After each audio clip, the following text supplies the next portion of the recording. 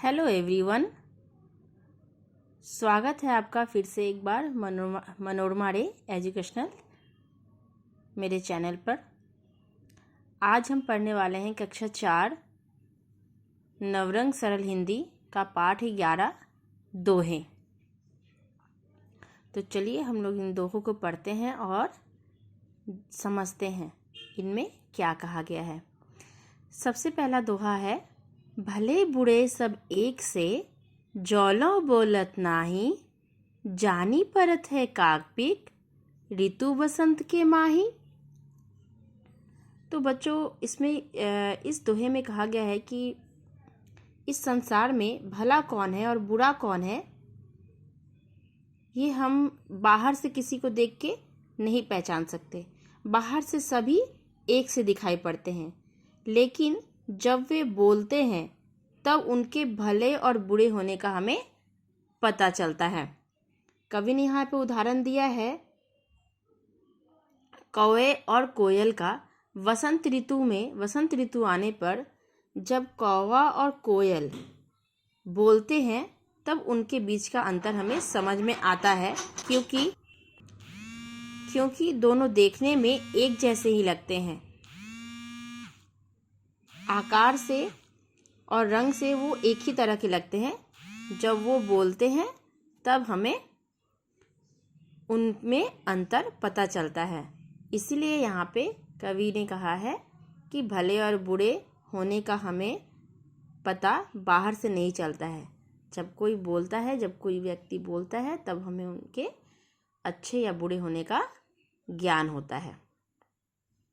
ठीक है, अब हम लोग अगला दोहा पढ़ते हैं।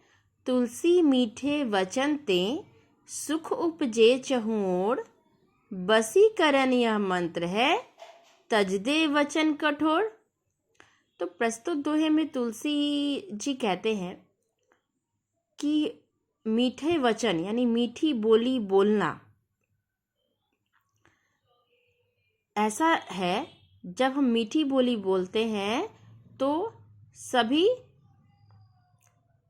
को सुख प्राप्त होता है, जो बोलता है उसे भी और जो उनको सुनता है उसे भी। यहाँ पे बोला गया है वशीकरण या मंत्र है। वशीकरण मतलब किसी को भी अपने वश में कर लेना।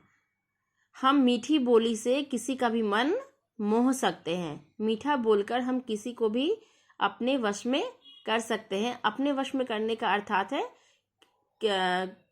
किसी को भी अपने किसी का भी प्यारा बन सकते हैं। ठीक है, तो मीठी बोली बोलने से मीठे वचन बोलने से क्या होता है, चारों ओर सुख होता है। सुख यानी अच्छा। ठीक है, सुख यानी जो हम बोलते हैं उसको भी और जो सुनता है उसको भी अच्छा लगता है। जैसे, और इसी को कवि ने वशीकरण यह मंत्र है, ये मंत्र बताया है किसी को भी वश में करने का, किसी का भी प्यारा बनने का। ये सबसे अनोखा मंत्र है मीठी बोली। तज दे वचन कठोर, तज दे यानी त्याग दे, यानी छोड़ दीजिए। वचन कठोर यानी कठोर बोलना।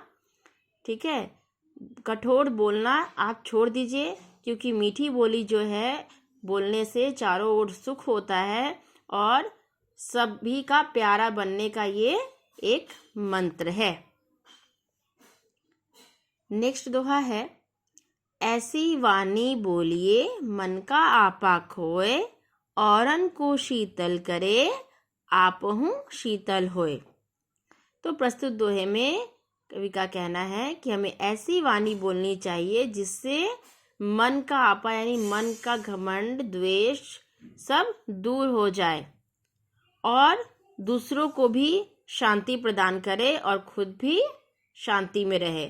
ठीक जैसे सेकंड वाला दोहा हमने पढ़ा है, वैसे ही थर्ड दोहा का भी मिलता जुलता ही अर्थ है। ठीक है, कि हमें ऐसी वाणी बोलनी चाहिए, ऐसी वचन बोलनी चाहिए जिससे हमारे मन के अंदर का अंधकार, घमंड दूर हो जाए, दूसरों को भी सुनकर अच्छा लगे और खुद बोलकर भी हमें अच्छा लगे। 4 नंबर दोहा है, खीरा मुखसो काटिए मलिए नोन लगाए, रहीवन करवे मुखन को चाहिए यही सजाए। तो प्रस्तुत दोहे में रहीम जी कहते हैं कि खीरा को जब भी आप लोग देखते होगे अपने घर में, सबके घर में खीरा तो आता ही होगा। खीरा को ऊपर से काटा जाता है, उसके मुंह को ऊपर से काटा जाता है और फिर नमक डाल के उसको मिलाया जाता है, ठीक है, रगड़ा जाता है। क्यों? क्योंकि रहीम जी का कहना है जो कड़वाहट को दूर करने के लिए हमें नमक लगा के उसको रगड़ना पड़ता है। खीरे की कड़वाहट, जिस प्रकार खीरे की कड़वाहट को दूर करने के लिए हमें उस पे उसके मुख को काट कर उसमें नमक लगा के रगड़ना पड़ता है, तो रहीम जी कहते हैं ऐसे ही सजा जो कड़वी बोली बोलते हैं, ठीक है, जो कड़वी बोली बोलते हैं उनको भी खीरे की तरह ही सजा मिलना चाहिए। जैसे खीरे के सर को काट के मुख को काट के उसमें नमक लगा के रगड़ने से उसकी कड़वाहट दूर हो जाती है, तो रहीम जी कहते हैं कि जो कड़वी बोली बोलते हैं उनको भी यही सजा मिलनी चाहिए। अगली दोहा में हम लोग बढ़ते हैं। विद्या पढ़ी करतो फिरे औरन को अपमान, सो तो विद्या है नहीं तही अविद्या जान। प्रस्तुत दोहे में कवि का कहना है कि विद्या ग्रहण करके या पढ़ लिख कर जो दूसरों का, बड़ों का, छोटों का अपमान करे, ठीक है,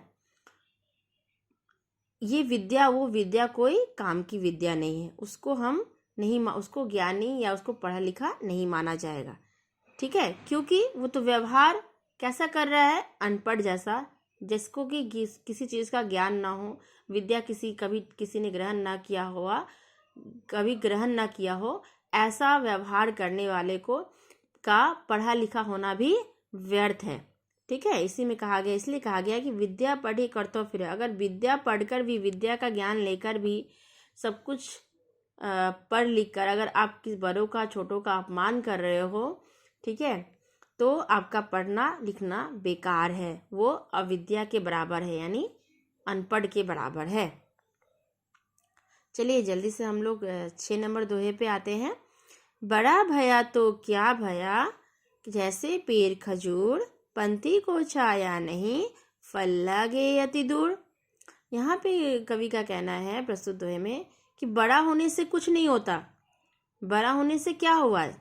देखो खजूर का पेड़ इतना लंबा है, लेकिन क्या होता है, पंथी यानी जो राही होते हैं उनको छाया नहीं मिलती उस पेड़ से, और फल भी इतना दूर, इतना ऊपर लगा रहता है कि आसानी से ये फल भी प्राप्त नहीं कर सकते राही, ठीक है। तो इसलिए अपने बड़े होने पे घमंड नहीं होना चाहिए, ठीक है। इसलिए यहाँ कहा गया बड़ा भया तो क्या हुआ, बड़ा होने से क्या हुआ, आपके बड़े होने से किसी को लाभ तो अगर नहीं मिल रहा है तो वो बड़ा होना व्यर्थ है, उस पर घमंड नहीं होना चाहिए। रहीमन देखी बरेन को लघु न दीजिए डारी, जहाँ काम आवे सुई कहाँ करे तरवारी।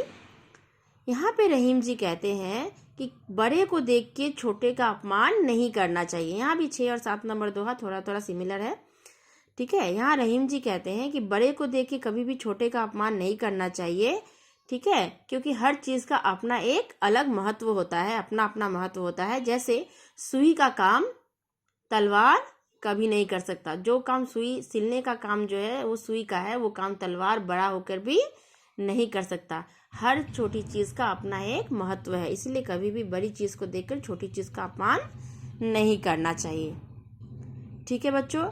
आई होप आप सभी को ये 7 दोहा अच्छे से मैं समझा पाई हूँ। अगर आपको किसी भी दोहे में कोई तकलीफ़ या कहीं भी समझने में कोई कठिनाई हो तो आप ज़रूर मुझे इस वीडियो पर कमेंट करके बताएं कि आपको किस दोहे में क्या परेशानी है या किसी का अर्थ समझ में ना आया हो। और अगर अच्छा लगा हो ये वीडियो तो लाइक ज़रूर कर दीजिएगा और मेरे चैनल को सब्सक्राइब ज़रूर कर दीजिएगा। कोई भी क्वेश्चन हो तो आप कमेंट करके मुझे ज़रूर बताइएगा। आज के लिए बस इतना ही, मिलते हैं नेक्स्ट वीडियो में, तब तक के लिए बाय बाय एवरीवन।